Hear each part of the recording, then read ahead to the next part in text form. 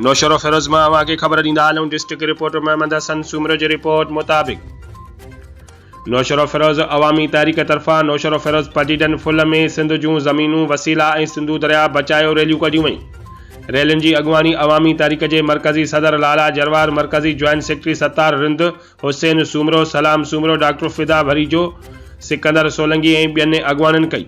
उन मौक़े ते ख़िताब कंदे अवामी तहरीक जे मरकज़ी सदर लाला जरवार चयो त इलेक्शन जे दौरान वफ़ाक़ी निगरान सरकार सिंध मथां वञी यूनिटूं मढ़े सिंध जो पाणी ज़मीननि ऐं वसीलनि ते कब्ज़ो कयो आहे।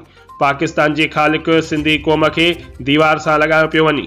पीपल्स पार्टी ऐं जीजीए ॿई वॾेरनि ऐं जागीरदारनि जी नुमाइंदगी कंदड़ पार्टियूं आहिनि। ॿई पार्टियूं हिकिड़े ई सिके जा ॿ पासा आहिनि। सिंध जे पाणीअ ते लॻंदड़ धाड़े लखें ज़मीननि ते कयल कब्ज़नि ख़िलाफ़ ॿई ख़ामोश आहिनि। MQM ॼातल सुञातल सिंध दुश्मन ऐं दहशतगर्द टोलो आहे जिन हज़ारे बेगुनाह इंसाननि खे क़तल कयो, बोरी बंदि लाश ॾिना, सिंधुनि सां गॾु उर्दू ॻाल्हाईंदड़ आबादीअ सां बि ज़ुल्म कया। MQM कराचीअ में ॿोॾे मुतासिरनि खे आबाद करण ख़िलाफ़ मुहिम हलाई। MQM जो मंशूर सिंध दुश्मनीअ ते ॿधल आहे। GDA ऐं पीपल्स पार्टी वटि अवाम ऐं सिंध जे वसीलनि ऐं ज़मीननि खे बचाइण जी का बि एजेंडा कोन्हे। ॿई धुरियूं डील करे इक़्तिदार हासिल करणु चाहिनि थियूं।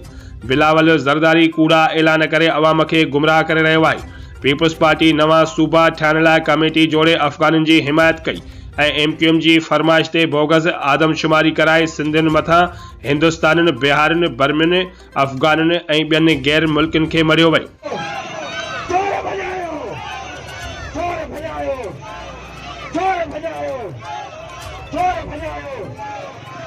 सिंध जे ज़मीनुनि